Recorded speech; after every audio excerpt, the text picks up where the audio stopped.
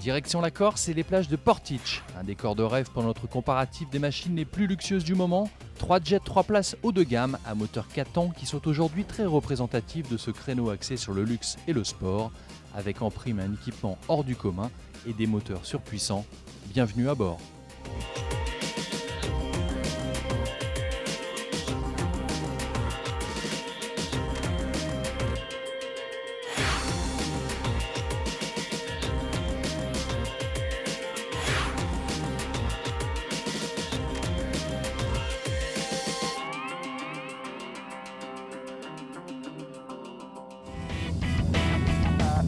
Face à face, on retrouve donc le tout nouveau Kawasaki Ultra 300 LX, le désormais incontournable Yamaha FX SHO Cruiser et puis le Sea-Doo GTX Limited IS version 2011 avec son nouveau look. Il revient cette année avec une coque blanche et une finition dorée, la grande classe. Bien entendu, à bord du jet, on retrouve la suspension active intelligente pour plus de confort dans le clapot, aussi bien pour le pilote que pour son passager. Le GTX Limited IS, c'est le modèle haut de gamme donc, chez nous. C'est un modèle équipé de la suspension, du système IBR, de la gestion électronique des gaz. Donc la suspension sur une mer comme on peut avoir aujourd'hui, c'est très efficace, très agréable, que ce soit pour le pilote mais également pour le passager. Il y a beaucoup moins de choc et pour le pilote, un pilotage beaucoup plus souple qu'un jet traditionnel. Et comme souvent chez Sea-Doo, l'équipement de base est très complet. Chez Sea-Doo, le plus c'est toujours le look. C'est vrai qu'il y a toujours un look relativement sympa. Ensuite, une selle qui est très confortable pour le modèle haut de gamme. On a également de l'autre côté des taquets d'amarrage sur le côté à l'arrière, des coffres à l'avant de rangement et à l'arrière également. Un mot sur la motorisation, et là aussi c'est du lourd, le Sea-Doo développe 260 chevaux.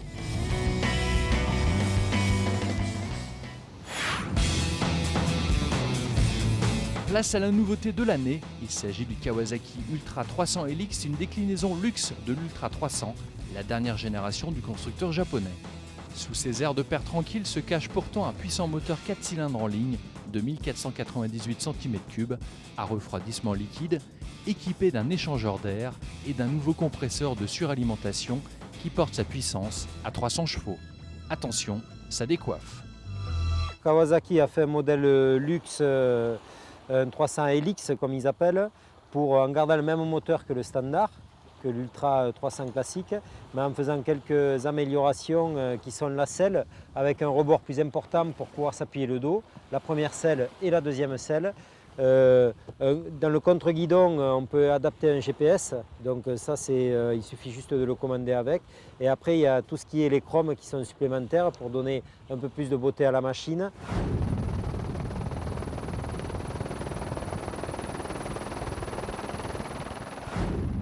Pourquoi 300? Parce qu'il fait 300 chevaux évidemment par rapport aux 260. Et surtout parce qu'en termes d'ergonomie et de facilité de pilotage, ils ont vraiment travaillé dessus. C'est-à-dire qu'ils ont augmenté l'entrée d'eau et la pompe, donc il semble beaucoup plus léger qu'un Ultra 260, alors qu'il fait le même poids. Et il a beaucoup plus de puissance, il a 40 chevaux en plus que l'Ultra 260. Donc une vitesse qui est supérieure à 107 km/h, on est maintenant à 109. Et après, une facilité de pilotage, une reprise fantastique et une fiabilité pour l'instant qui montre, vu que j'ai gagné les 300 miles d'Havasu avec aux États-Unis, qui montre qu'il est encore très performant dans ce compartiment-là. Ils ont rajouté un trim qui est énormément important parce que nous n'avons plus tout ce clapot que nous prenions dans la figure. Maintenant, avec le trim, nous arrivons à lever le nez du jet et donc on peut naviguer à 2 ou à 3 sans avoir tous ces embruns dans la figure.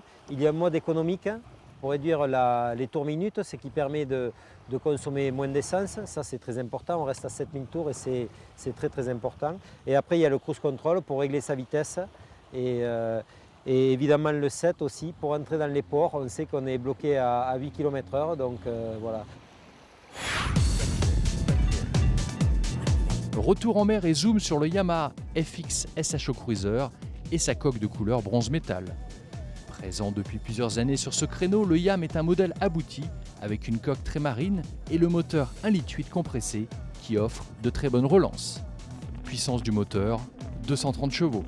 Même si son design est un peu déjà vu, il faut lui reconnaître son côté confortable, avec une coque haute sur l'eau et une collection d'équipements idéale pour naviguer à plusieurs. C'est le haut de gamme de la marque Yamaha. C'est un 1800 cm3 compressé qui développe 215 chevaux. Il est équipé de nombreux équipements électroniques comme un régulateur de vitesse, un limitateur de vitesse pour la zone des 300 mètres. On a un tableau de bord complet avec un ordinateur de bord, consommation en litres au kilomètre, litre-heure, trip, température de l'eau, de l'air, compas électronique. Donc on a également une colonne de direction réglable en 5 positions. On a un coffre à l'avant très pratique, très facile à ouvrir.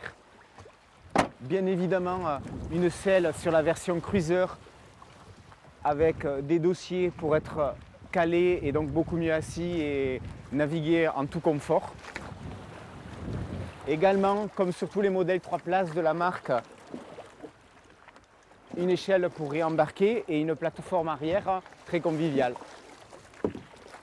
Et ce modèle-ci, Cruiser, est également équipé de taquets d'amarrage, ce qui est très pratique lors d'un accostage et pour pouvoir accrocher le jet sur un ponton.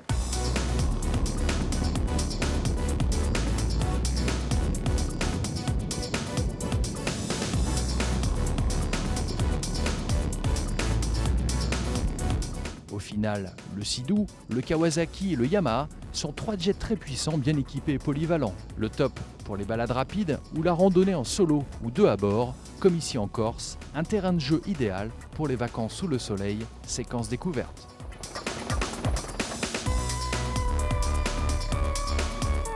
On est dans le golfe d'Ajaccio, je dirais pas où exactement, comme ça on n'aura pas trop de visiteurs et on gardera l'endroit encore magique et sur une propriété familiale.